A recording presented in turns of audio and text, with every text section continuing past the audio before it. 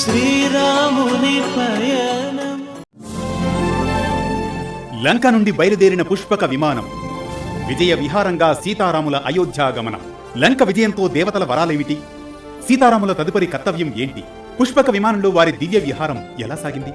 తదితర రమ్యమైన ఘట్టాలతో సాగేదే నేటి అనగనగా. అనగనగా అది త్రేతాయుగం. సీతమ్మ అగ్నిప్రవేశం సమయం. సీత పాతివ్రత్యం లోకానికి చెప్పాలని ఓ పతిగా అనుకుని అగ్నిప్రవేశం అనంతరం సీతను దగ్గరకు తీసుకుంటాడు రాముడు. నిన్నటి వరకు జరిగిన కథనమిది. తదుపరి ఇక ముందుకు సాగుదాం రండి.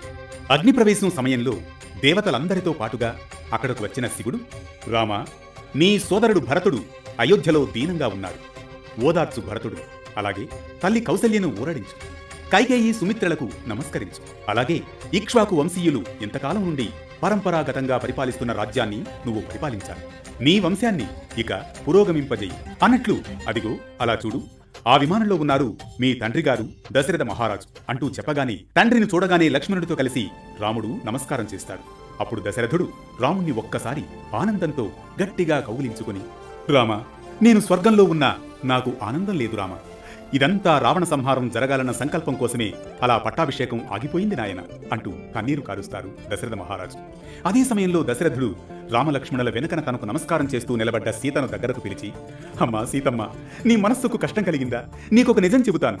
రాముడికి నీ మీద ఏనాడూ ప్రేమేనమ్మా.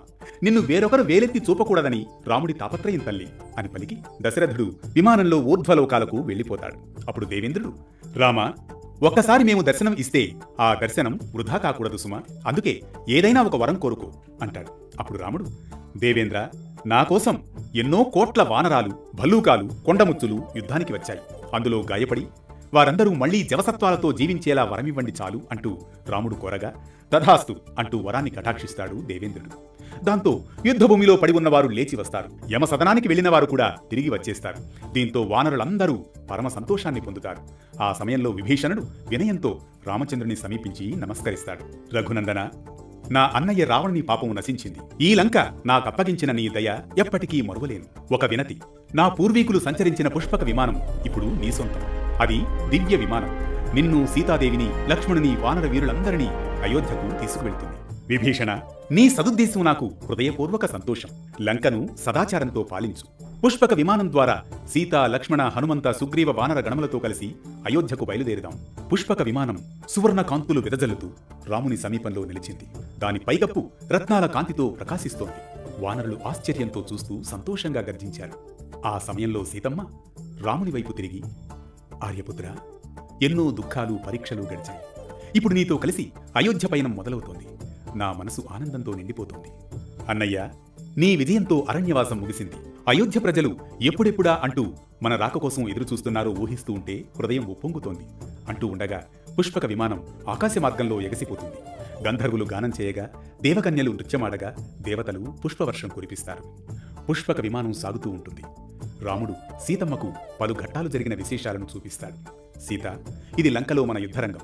ఇది సముద్ర తీరం. అదిగో మన వానరులు వంతెన కట్టిన చోటు అదే. అలా చూడు. ఇదిగో ఇలా చూడు, ఇది కిష్కింద, సుగ్రీవుని రాజ్యం. ఇవన్నీ సాక్షిగా మన విజయానికి గుర్తులు. ఆ సమయంలో సీతమ్మ ఆసక్తిగా ప్రతి ప్రదేశాన్ని కన్నీటి వదనంతో వీక్షిస్తుంది. మార్గమధ్యంలో భరద్వాజ మహర్షి ఆశ్రమాన్ని సందర్శించి ఆయన ఇచ్చిన విందును స్వీకరించిన పిదప తిరిగి అయోధ్యకు పయనమవుతారు. చివరకు దివ్యమైన అయోధ్యానగరం కనబడుతుంది. ఎటు చూసినా సువర్ణ గోపురాలు, శోభాయమాన వీధులు, పుష్పాలతో అలంకరించిన గృహాలు. ప్రజలు గోష్ఠులుగా చేరి ఆకాశంలో పుష్పక విమానం ప్రత్యక్షమవుతోందని ఆనందాశ్రువులతో పరవశిస్తూ కనిపిస్తారు. గంగానదీ తీరాన పుష్పక విమానం దిగుతుంది. ఇలా పుష్పక విమానం ద్వారా రామ, సీతా, లక్ష్మణులు, వానర గణములు విజయోత్సాహంతో అయోధ్యకు తిరిగి వచ్చి ఘనస్వాగతం పొందుతారు. అయోధ్యవాసులు ఆనంద బాష్పాలతో, రాముడు మా చక్రవర్తి తిరిగి వస్తున్నాడు, సీతమ్మ సమేతంగా తిరిగి వస్తున్నాడు, అయోధ్య మళ్లీ వెలుగులు నిండిపోతోంది అంటూ పరవశిస్తారు. భరతుడు ముందుకు వచ్చి రాముని పాదాలపై సాష్టాంగ నమస్కారం చేస్తాడు. భరతుడు ఆవేదనతో, అన్నయ్య, ఈ రాజ్యం మీది. నేను కేవలం మీ ప్రతినిధిని మాత్రమే. మీ పాదుకలను తిరిగి స్వీకరించండి.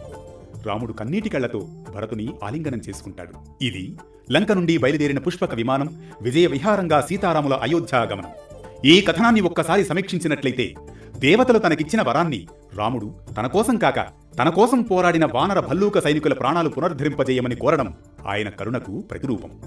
జగదానందకారక జయ జానకి ప్రాణనాయక శుభ స్వాగతం ప్రియ పరిపాలక.